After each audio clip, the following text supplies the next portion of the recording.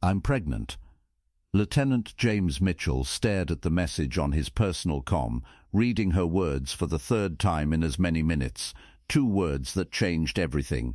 He was standing in the crew quarters of the ESV Wayward Star, an exploration vessel 3 days into a 9-month survey mission through uncharted stellar clusters. 9 months, 273 days. Emma would give birth right when he returned from their mission 40 light-years away, mapping nebula and cataloguing star systems. He should have been terrified. Instead, he couldn't stop grinning. Follow Sci-Fi shorts for even more grins. James had joined the Exploration Corps because he'd always wondered what was beyond the next star. But now, staring at Emma's message, he realized there was something he wanted even more than discovering new worlds, being there when his child took their first breath. The mission continued. Days blurred into weeks.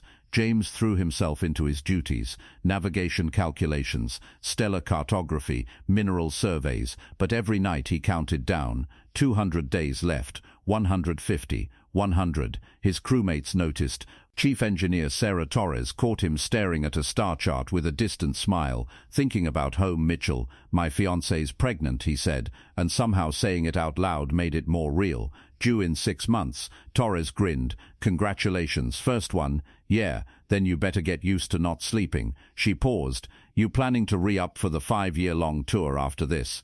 The 5-year-long tour, deep space exploration, the kind of mission that made careers, the kind James had always dreamed about. "I don't know," he admitted.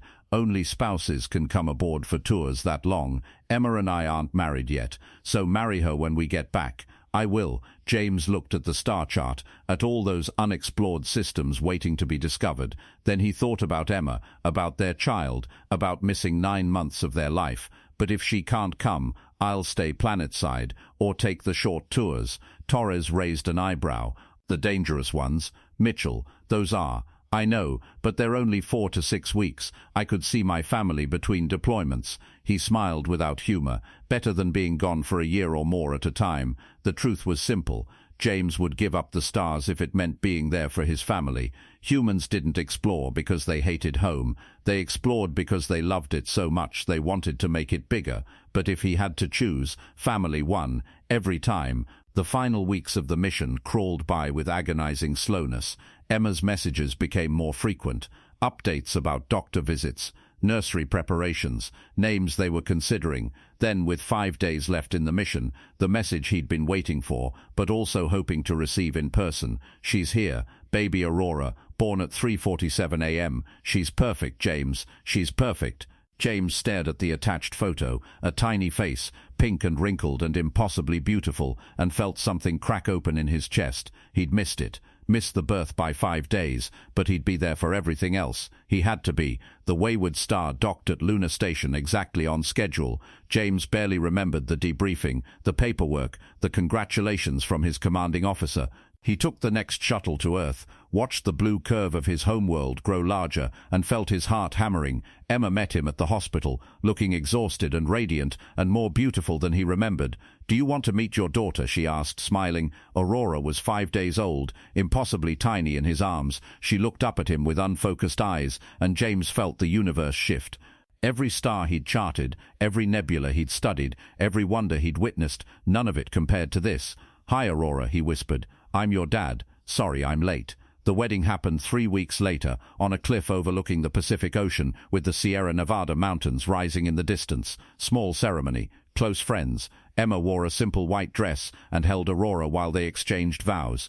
When the officiant pronounced them married, James kissed his wife and daughter and felt complete in a way no exploration mission ever made him. Later, as the sun set over the water, he and Emma stood at the cliff's edge. Aurora was asleep against Emma's shoulder. "I got my next assignment, which I want to accept if—" "Well," James said carefully, "it's a 5-year-long tour. Deep space survey." Emma's smile faded slightly. "James, now that we're married," he continued, taking her hand, "I was hoping you'd be interested in joining me aboard the Wayward Star." Emma stared at him. With Aurora, the ship has family quarters, nursery facilities, other families." He squeezed her hand. "I don't want to choose between exploring the universe and being with you both, so I'm asking you to come explore it with me." Emma looked at their daughter, then at the sunset, then at James. "You're serious?" "Completely." We're humans, Em. We don't have to choose between love and adventure. We bring our families with us. We always have. She laughed, surprised and joyful, and maybe a little terrified. A baby, on a starship. Our baby, on our starship. James pulled her close. I'll understand if you say no, but I had to ask. Emma kissed him, careful not to wake Aurora. When do we leave?